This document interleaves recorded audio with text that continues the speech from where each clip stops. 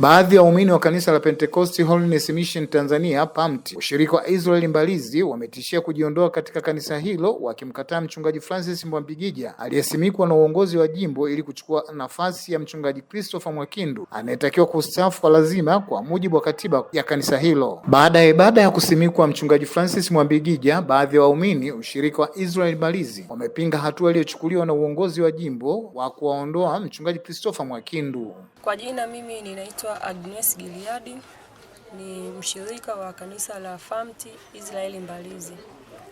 Kwa kweli sijafurahishwa kabisa na sijapendezwa na ibada hii ya siku ya leo kwa mambo ambayo yametokea, kwa sababu uongozi wa jimbo umekuja tofauti na vile ambavyo kama kanisa tulikuwa tunategemea. Wamekuja kwa ajili ya kumtangaza rasmi mchungaji Francis Mwambigija kama atakuwepo hapo na atakuwa ni mchungaji wa PAMT Israel Mbalizi.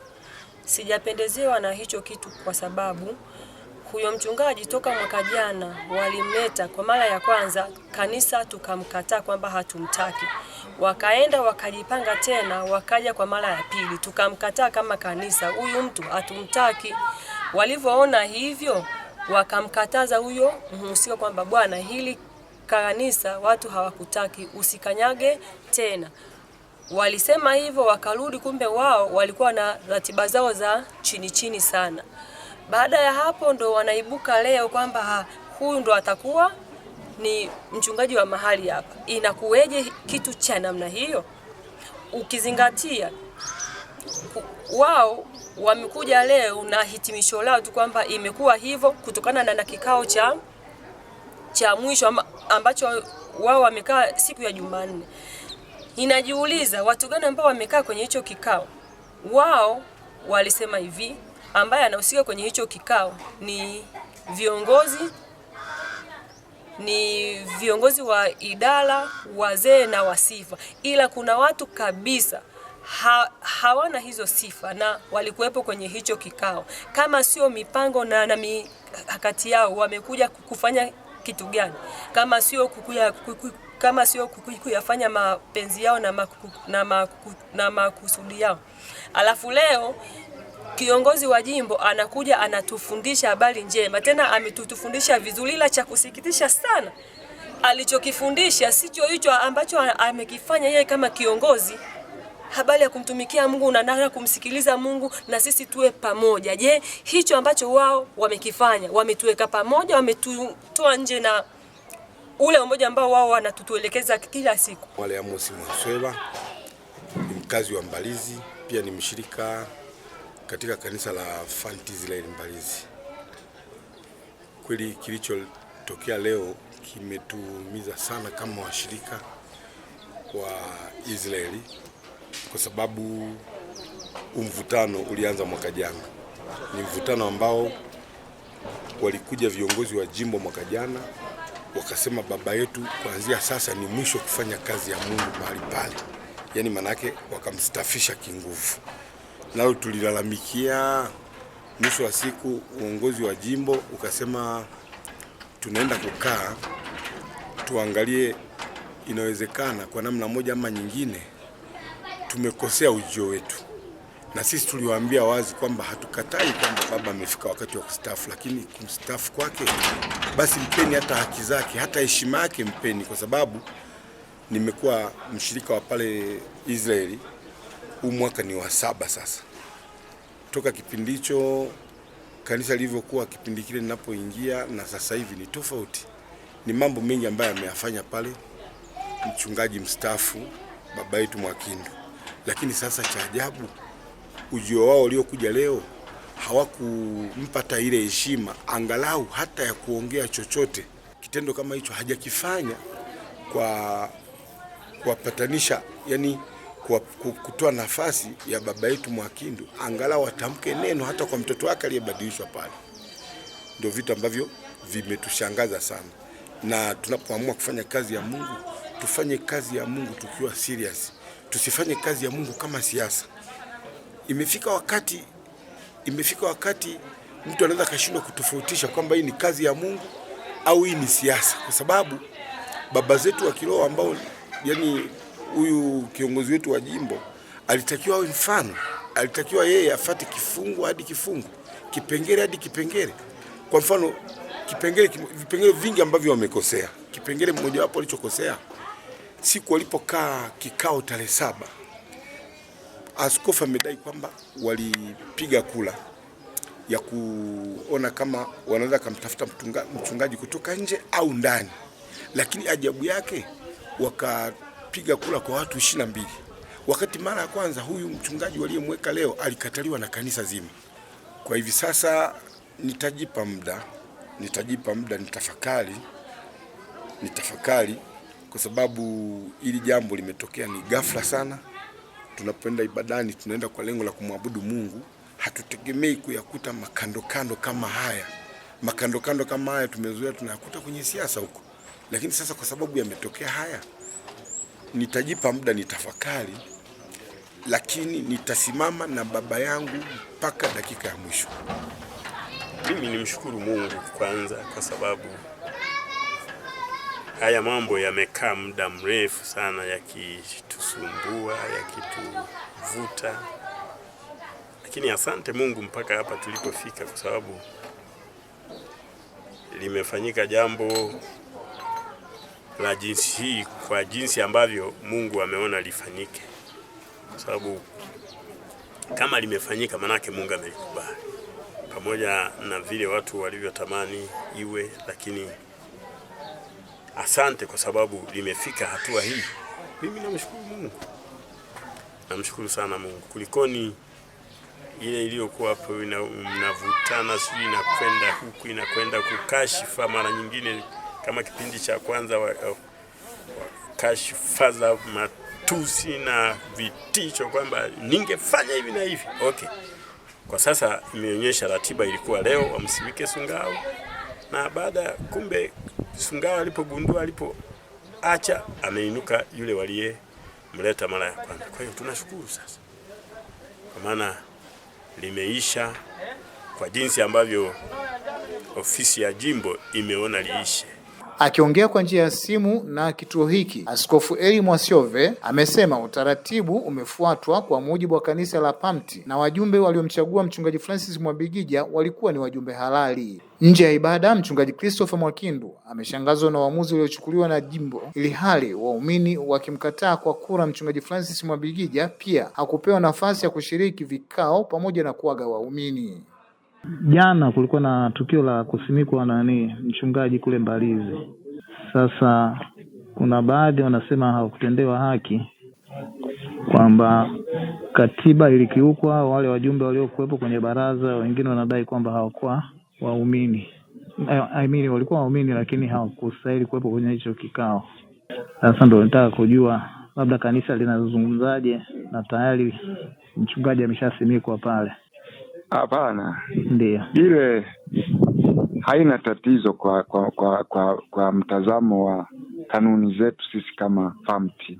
Ndio. Viongozi wote walikuwepo. Sawa. Wote walikuwepo. Ndio. Wote walikuwepo pamoja na wale wa idara za kanisa lile walikuwepo. Na kilichofanyika ndio hakina shida, na pale tuliweka wazi tu. Ndio. Kama kuna waumini hawajalizika, kuna ngazi zinazofuata. Sawa. Za PAMT waende huko wapeleke malalamiko yao. Sawa. Ndio tunavyokwenda, tuna kanuni zetu sisi. Ndio. Sasa wengine wanadai kwa sababu swala lenyewe limekuwa muda mrefu na wao walishamkataa huyo mchungaji kwa kura kanisani. Sasa wanasema hawako tayari kushirikiana naye. Sasa nilitaka kujua ninyi kama viongozi mnalipokeaje labda hilo. Kama hawako tayari kushirikiana naye haina shida. Ndio. Wanaweza wasio wanaenda. Hilo linatokea. Kama watu wamemkataa mchungaji aliyewekwa na uongozi, ndio, basi waliomkataa wako huru kwenda kokote wanakotaka. Sawa. Na nafasi imetolewa, hawajalizika wakati rufaa ngazi inayofuata. Ndio. Sasa ndio kanuni zetu, hawajalizika. Ndio. Wakati rufaa ngazi inayofuata kuna kanda. Sawa. Kama hawataki kufanya hivyo, basi chaguo lingine, wanaweza wakaondoka pale. Sawa. Ndio utaratibu. Sawa. Kwa sababu tukisema kila mchungaji awe na watu wanaoridhika nao. Sasa walio wengi wamemkubali. Tuliona jana hata ibada ya jana, walifanya ibada nzuri tu jioni. Ndio. Walimkubali walio wengi. Na kama kwenye harakati kama zile, ndio, tulijua walikuwepo ambao hawamtaki. Ndio. Lakini mtu akishapitishwa, ndio. Katika FAMT sisi hatuna shida.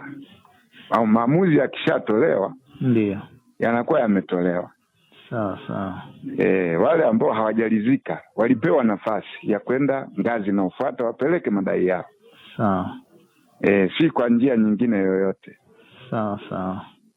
Kwa siku hii ya leo, kilicho namba moja, kilichonishangaza, hata kikao walichokuwa wamekaa cha hicho cha tarehe, ilikuwa tarehe ngapi sikukijua, wala hawakunishirikisha. Na kingine ambacho nashangaa, hata huyu waliomleta, kanisa lilimkataa kwa mara ya kwanza. Walikuja tena mara ya pili, wakapanga habari za kula, wakasema hapa tunayamaliza, lakini kanisa bado kura zake zilimkataa. Na tilipu hii sasa ambapo wamekuja kuhitimisha kumsimika, napo wakachukua viongozi, sijajua kama ndio katiba yetu inavyokwenda, wakachukua viongozi wa idara, wakachukua viongozi ninavyoelewa, wakachukua viongozi wa kanisa. Sasa kingine kilichonishangaza, wamechukua hata washirika, hata walimu wa kwaya. Sijajua katiba kana kwamba inaruhusu kwenye vikao vya jinsi hiyo kwamba waingize kwenye kikao hicho, alafu wakaingiza kupiga kula, ambao watu wameniambia leo wanasema walikuwa 12, pamoja na wale washirika waliowachukua ambao sio viongozi wa idara ya aina yoyote, ni washirika, wakawajazia pale. Sijui waliingia kwa namna ya jinsi gani, walikuwa viongozi wa jinsi gani. Hiyo limenishangaza kwa sehemu. Jumapili aliinuka, ambaye kwa sehemu nyingine aliinuka kusema Mungu amemwambia uongozi wa kanisa, yani wazee wa baraza hawafai. Anasema Mungu ameniambia hawafai huyo kijana. Na huyo kijana ndiye alimwambia huyo kiongozi kipindi cha nyuma, wakati ametoa habari za maswali, alitukana matusi. Ningekuwa na mamlaka bila kustaafu, ningekuwa mimi nimemuondoa hata mwaka jana. Akasema hivi, alipoongea akasema hivi, wakati anamuuliza askofu wa jimbo akasema, wewe, kwa hiyo wakikueleza tu, akikutuma tu mkubwa, hata kama anakuambia ya kishetani, wewe unaweza. Lakini kiongozi wangu akasema kaa chini, akamkalisha chini. Baada ya kumkalisha chini, moyo wangu uliuma kwa kwamba hivi kweli huyu mtoto tena mgeni, ana miezi tu mingapi ametoka huko nje, na nikisikia kote huko amefukuzwa kwenye makanisa.